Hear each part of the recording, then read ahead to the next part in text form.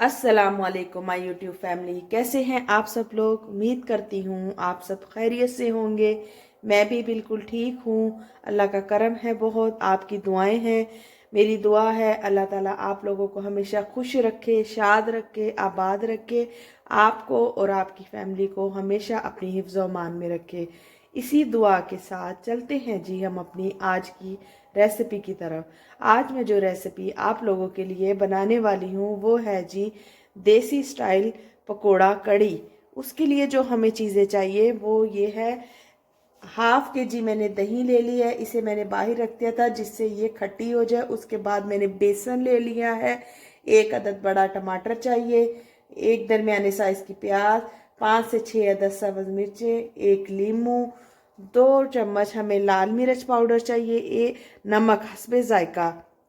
उसके बाद जी सूखा धनिया 1.5 चम्मच, हल्दी आधी चम्मच, काली मिर्च 1 चम्मच, और ये है कसूरी मेथी मैंने ले ली है। और उसके बाद जी इसके अंदर जाएगा लहसुन अदरक का पेस्ट। चलते हैं जी हम अपनी रेसिपी को तैयार कर। चले जी, सबसे पहले मैंने ये दही ले ली है। दही को मैं इस बाउल के अंदर डाल लूँगी और इसे अच्छी तरीके से हम फेंट लेंगे।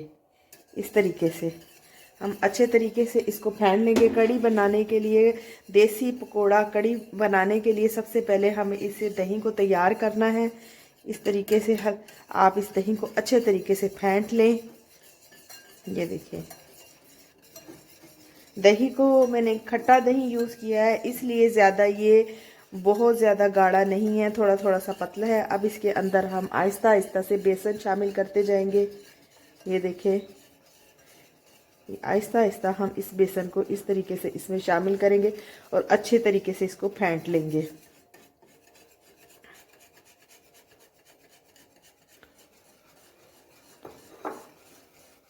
ये देखिए, इस तरीके से इसका गाढ़ा सा अमीज़ा बन जाएगा।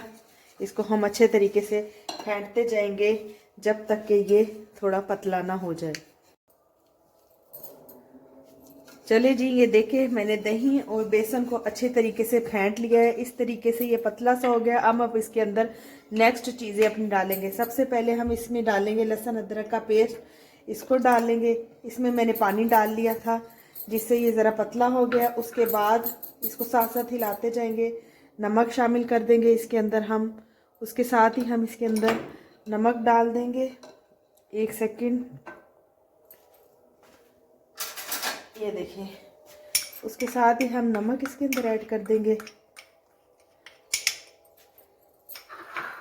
और काली मिर्च पाउडर शामिल कर लिया है मैंने। उसके बाद जी इसके अंदर जाएगा लाल मिर्च पाउडर, जो 2 चम्मच मैंने ले लिया था। उसके बाद सूखा धनिया 1.5 चम्मच ये शामिल कर देंगे। उसके बाद हल्दी पाउडर। हल्दी मैंने इसलिए थोड़ी डाली है क्योंकि मेरी हल्दी जो है वो देसी हल्दी है और ये बहुत ज़्यादा तेज़ है, इसलिए मैंने इसे थोड़ा यूज़ किया है जिससे इसका कलर बहुत ज़्यादा तेज़ ना हो जाए। अब हम इसे अच्छे तरीके से इस तरह हिलाते जाएंगे थोड़ी देर के लिए, जब तक ये सारे मसाले इस मिक्सचर के अंदर ना आ जाए। चले जी, मिक्सर हमारा रेडी हो चुका है। चलते हैं हम अपनी कुकिंग की तरफ। बिस्मिल्लाहिर्रहमानिर्रहीम। सबसे पहले मैं इसके अंदर ये 1 चम्मच कुकिंग ऑयल का ऐड करूँगी। ये देखिए, बस इतना सा ही हमने 1 चम्मच कुकिंग ऑयल का डालना है। उसके बाद जी जनाब, इसके अंदर मैंने जो ये प्याज ली है, वो एक प्याज थी, उसको मैंने काट लिया है। अब हम इसको इस तरीके से इसमें डाल के हल्का सा फ्राई करेंगे।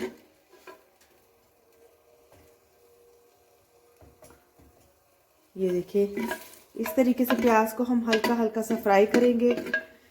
ज़्यादा हमने इसको ब्राउन नहीं करना क्योंकि कड़ी बनानी है। सिर्फ हमने इसका प्याज को हल्का सा करके इसके बाद हमने इसको पकने के लिए छोड़ देना है। ये देखें, प्याज हमारी ब्राउन हो रही है। उसके साथ ही हम इसके अंदर ये टमाटर भी डाल देंगे। ये 1 बड़ा टमाटर मैंने लिया था, ये भी मैंने साथ में शामिल कर दिया है। अब हम इसे 1 से 2 मिनट के लिए, ज़रा सा 1-2 मिनट के लिए पकाएंगे।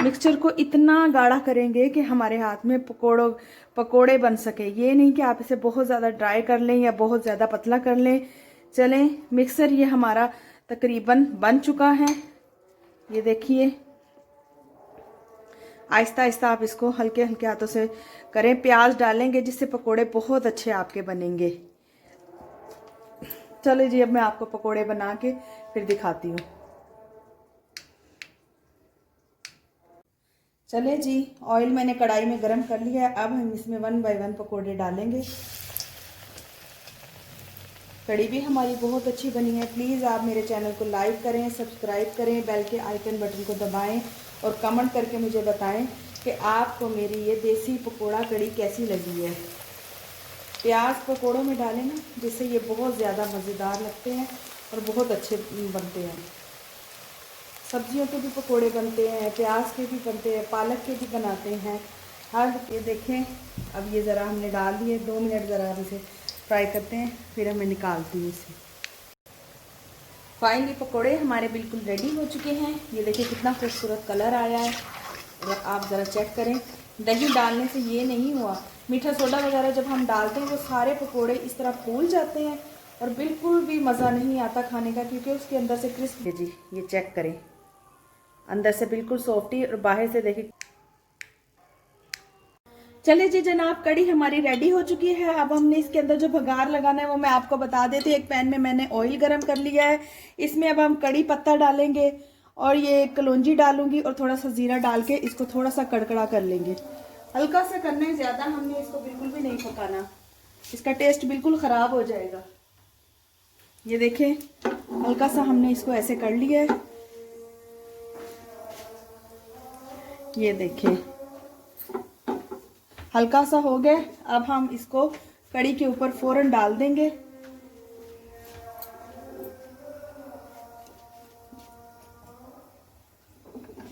ये देखिए, ये मैं आपको आपके सामने कड़ी के ऊपर डाल के दिखाती हूँ। ये चेक करें ज़रा, कड़ी पहले आप देखें। अब इसके ऊपर ये बघार में डालने लगी। देखिए ज़बरदस्त, क्या ज़बरदस्त कड़ी बन गई है। ये देखिए,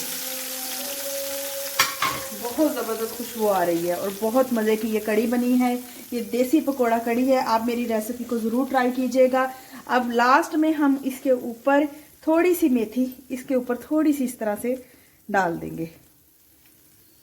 ये देखें, चेक करें ज़रा जनाब, कैसी ज़बरदस्त मेरी पकोड़ा कड़ी बनी है। आप मेरी इस रेसिपी को ज़रूर ट्राई कीजिएगा अपने घर में और मुझे कमेंट में ज़रूर बताइएगा कि आपको मेरी ये रेसिपी कैसी लगी है। और मेरे चैनल को लाइक करें, सब्सक्राइब करें और बेल के आइकन बटन को दबाएं। चले जी, मिलते हैं हम अपनी नेक्स्ट रेसिपी में। अल्लाह हाफिज़।